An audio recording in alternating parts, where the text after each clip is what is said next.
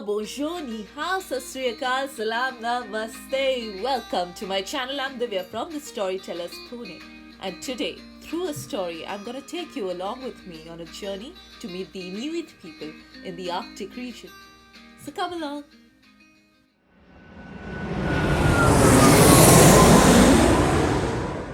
Once upon a time in the Arctic region, close to the shore, lived an old woman. Her house had only one window. She could do a little more for herself than gather snow for fresh water. But the people who lived near her house, up above, had been hunting. They gave her a little meat and a little blubber so that she could sustain herself. One evening, when the hunters returned, they came dragging a female polar bear.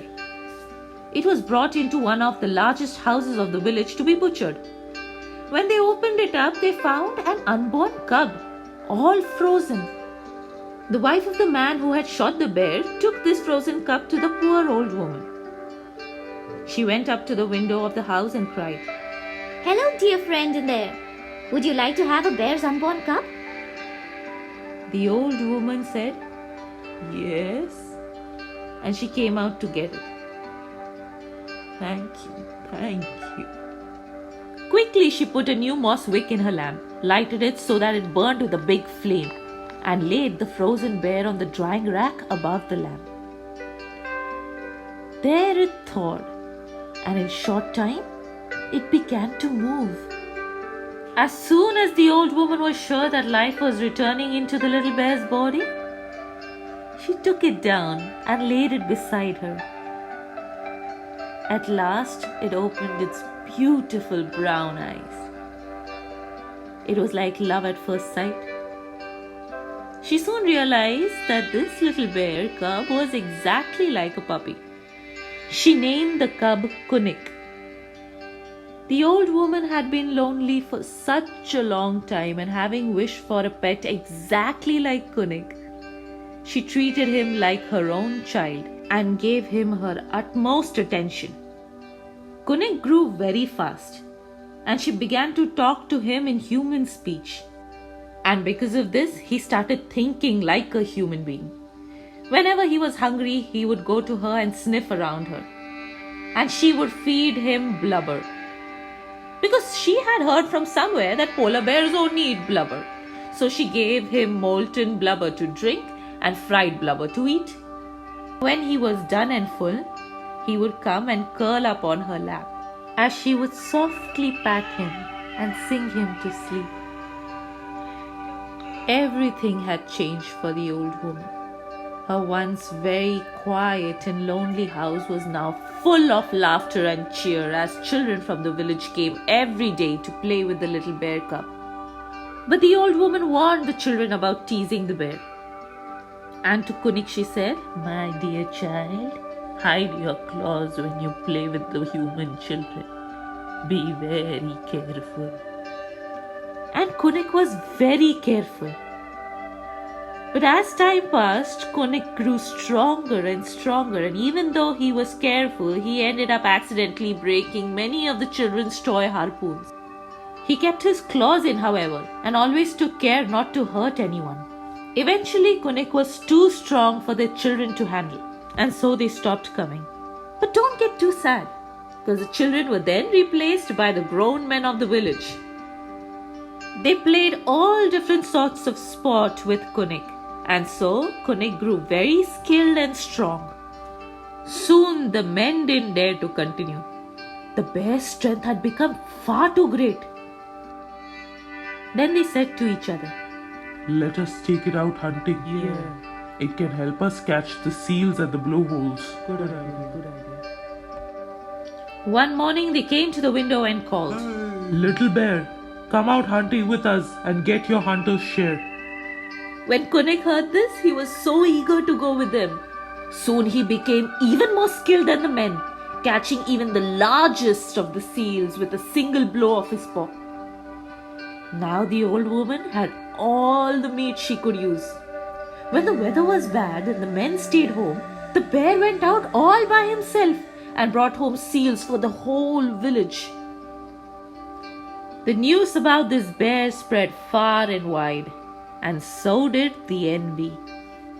One day, when the men had been hunting out with the bear, they called out to the old woman as they passed her house.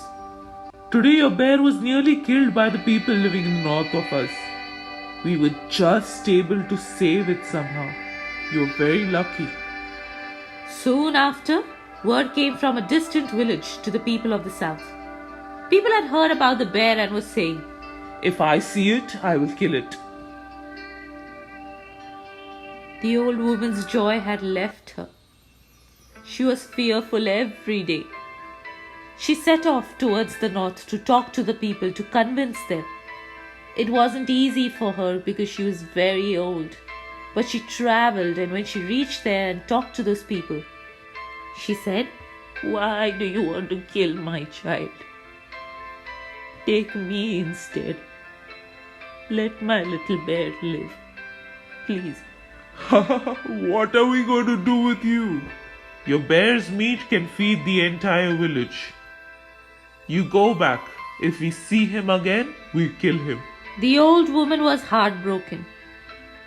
She didn't want to keep Kunik indoors locked forever. Why should he be punished? It is not right. After thinking quietly for many days, she called her bear child and said to him, My little Kunik, you see these people around you? They are not your people. Over there, outside, far away where the ice floats along the shore, keep walking and there you will find your own kind. Go there and never come back. Crying, she dipped her hands in oil and smeared them with soot from the lamp, and then marked her little bear by stroking it along one side. Kunik looked at his mother with those wonderful brown eyes. He put his huge paw on her head for the last time, and then turned away and left. She followed him to the door and watched him as he walked away and vanished into the snow in the far north. And she kept standing there for long, until darkness fell. All her neighbors watched her. They felt her pain. When they tried to comfort her, she merely whispered to herself, Let people be people and animals be animals. They cannot live together. But it's not true that the bear was never heard of or seen again. People say that far to the north, when many bears are out on the ice, there will sometimes be seen in the distance a bear greater and larger than the others. And if you look carefully, you will see the dark spot on one side.